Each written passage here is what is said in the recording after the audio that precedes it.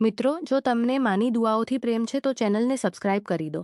મારી મોટી બહેન પાયલના લગ્નને 1 વર્ષ થઈ ગયું હતું. દીદીને જીજાજી પણ ખૂબ જ હસ્તપોષ છે. લગ્ન પછી દીદી અમારા ઘરે ઓછી આવતી હતી. કારણ કે જીજાજી અમારા ઘરે ઓછી આવતી હતી.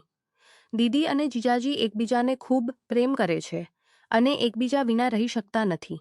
આ વાત મને તે દિવસે સમજમાં આવી જ્યારે દીદી દિવાળી પર અમારા ઘરે આવી હતી. દીદીને આવ્યાને 1 અઠવાડિયું થઈ ગયું હતું, પણ જીજાજીના ફોન આખો દિવસમાં ઘણી વખત આવતા રહેતા હતા. દીદી અવારનવાર કહેતી, આટલી જલ્દી કેવી રીતે આવું, થોડા દિવસ વધારે રોકાવાતો, પણ મને પણ ફોન કરીને એવી વાતો કરો છો જેનાથી મને પણ તમારી ખૂબ યાદ આવવા લાગે છે.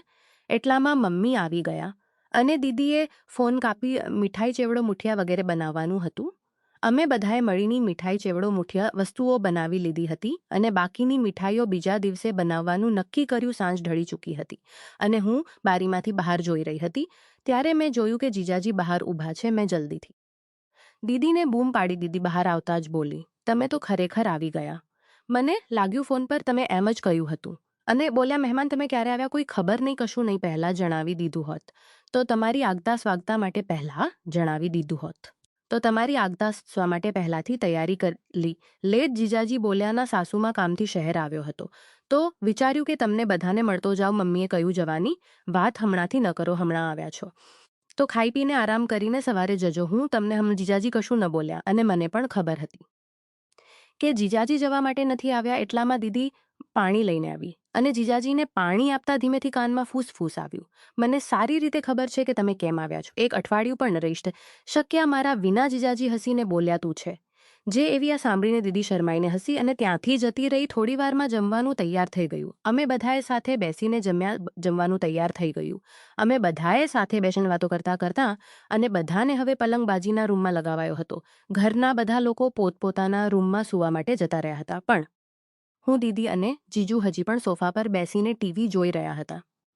ટીવી પર હમ આપકે કોન મૂવી ચાલી રહી હતી જે મને ખૂબ પસંદ હતી અને દીદીને પણ પસંદ હતી. થોડીવારમાં જીજુએ બગાસું ખાતા ઊંઘાવી રહી છે. દીદીએ મનોમન હસતા જવાબ આપ્યો, તો પછી જાઓ, મેં બાજુના રૂમમાં તમારો પલંગ લગાવી દીધો છે, આરામ કરી લો, હું મૂવી જોઈને પછી આવીશ. જીજુનો ચહેરો જોવા જેવો હતો. તે થોડા ખેંચાઈને રૂમ તરફ જતા રહ્યા. મને પણ અમે કંઈ કહ્યું નહીં. અમે બંને મૂવી જોવામાં લાગેલા હતા. થોડીવાર પછી દીદીએ મને કહ્યું, નાની મને પણ હવે ઊંઘ આવી રહી છે, હું સૂવા જાઉં છું. મેં તરત જતી રહીશ તો મને ડર લાગશે, તને ખબર છે ને, રાત્રે મને એકલા ડર લાગે છે. દીદી થોડી અટકી અને બોલી, ઠીક છે, વાર રોકાઈ જાઉં છું. એ જ વખતે જીજુએ રૂમમાંથી અવાજ આપ્યો, આરતી પાણી જોઈએ છે. દીદીએ તરત કહ્યું, રોકા નાની, હું તારા જીજુને પાણી આપીને આવું છું. હું તારા જીજુને પાણી આપીને આવું છું. મેં કહ્યું, ઠીક છે, પણ જલ્દી આવજે. દીદી રસોડામાંથી પાણીની બોટ લઈને જીજુના રૂમમાં જતી રહી. મેં વિચાર્યું કે હમણાં આવશે, પણ 5 મિનિટ વીતી ગઈ અને આખા ઘરમાં મને કોઈ નજર ન આવ્યું. ડરના માર્યા મેં દીદી રૂમની બહાર આવી, તેમને બૂમ પાડી થોડી જવા. વારમાં દીદી રૂમની બહાર આવી. તેમની સારી થોડી અસ્તવ્યસ્ત હતી, વાળ વિખરાયેલા હતા અને શ્વાસ તેજ ચાલી રહ્યા હતા. મેં ગભરાઈને પૂછ્યું, દીદી આટલી બધી વાર કેમ લગાડી? મને ડર લાગી રહ્યો હતો. દીદીએ હસતા કહ્યું, અરે કશું નહીં, જીજુને ખૂબ તરસ લાગી ગયો. એટલામાં જીજુ રૂમમાંથી બહાર આવ્યા અને બોલ્યા, અરે મારા ફોનની બેટરી પૂરી થવાની છે, શું તમે મારા માટે ચાર્જર લાવી આપીશો? દીદીએ એ જવાબ આપ્યો, ઠીક છે, જોઉં છું, તમે અહીં જ ઊભા રહો. પણ જીજુએ કહ્યું, અરે તું જા, હું રૂમમાં રાહ જોઉં છું.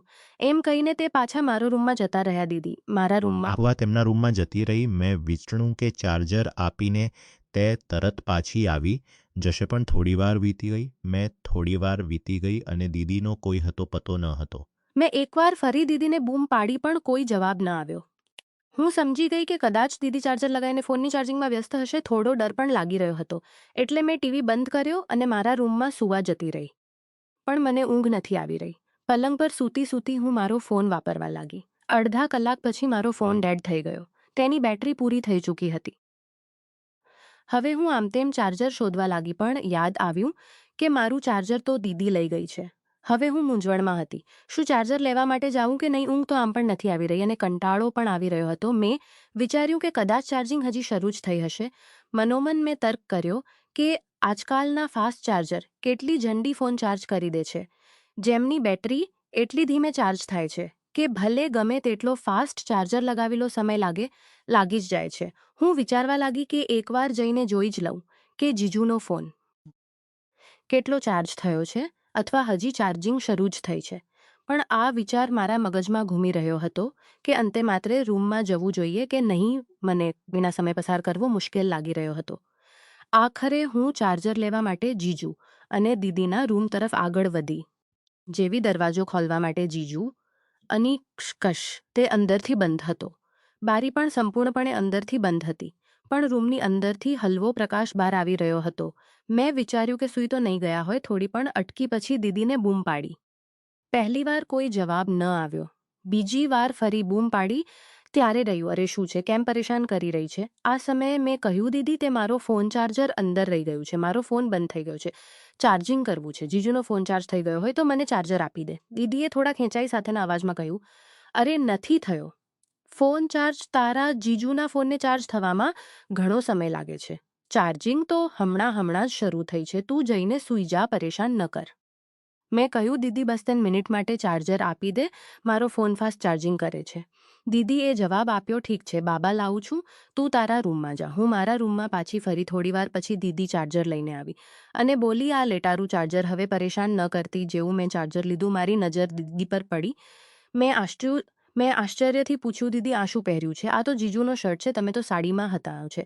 ને દીદીએ શરમાઈને કહ્યું, ચૂપ બેસ, હું જાઉં છું. એમ કહીને દીદી પાછી રૂમમાં જતી રહી. મેં ચાર્જરથી મારો ફોન ચાર્જ કરવાનું શરૂ કરી દીધું. ફક્ત 15 મિનિટમાં મારા ફોનની ઘણી બેટરી ચાર્જ થઈ ગઈ હતી. મેં વિચાર્યું, ચાલ હવે ચાર્જર પાછું આપી આવું છું. જો દીદી સૂતી પણ હશે તો હું પોતે જીજુનો ફોન ચાર્જિંગ પર લગાવી દઈશ. હું ચાર્જર લઈને દીદી અને જીજુના રૂમ તરફ ગઈ. આ વખતે દરવાજો થોડો ખુલ્લો હતો. કદાચ દીદી ઉતાવળમાં બંધ કરવાનું ભૂલી ગઈ હશે. જેવો મેં દરવાજો ખોલ્યો અને અંદર પગ મૂક્યો, મારી સામે એવો નજારો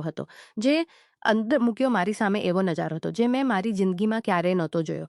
મારી આ બહુ મોટી ભૂલ થઈ ગઈ હતી. મારે અંદર આવતા પહેલા અવાજ આપવો જોયો હતો. હું એ કેવી રીતે ભૂલી શકું કે આ પ્રણીયુગલ છે? મને તે બંનેને જોઈને ખૂબ શરમ આવી રહી હતી. પણ દીદી અને જીજુને વાતનો જરાય અંદાજો કે હું દરવાજા પર ઊભી છું અને તેમને જોઈ રહી છું. તેના પછી જે થયું તે જાણીને તમે એટલા હેરાન થઈ જશો કે તમને એક મોટો આંચકો લાગશે. વાર્તાનો આગળનો ભાગ જાણવા માટે તૈયાર રહો. જો તમને આ પહેલો હિસ્સો ગમ્યો હોય તો અમને કોમેન્ટ્સમાં જરૂર જણાવો. વાર્તાનો બીજો ભાગ જલ્દી લાવવાની કોશિશ કરીશ. બસ એક લાઇક કરી દો અને મારું કામ છે વાર્તાનો આગળનો હિસ્સો તમારા સુધી પહોંચાડવું. વિડીયો પર 1000 લાઇક્સ થતાં જ પાર્ટ 2 આવી જશે. ત્યાં સુધી બાય.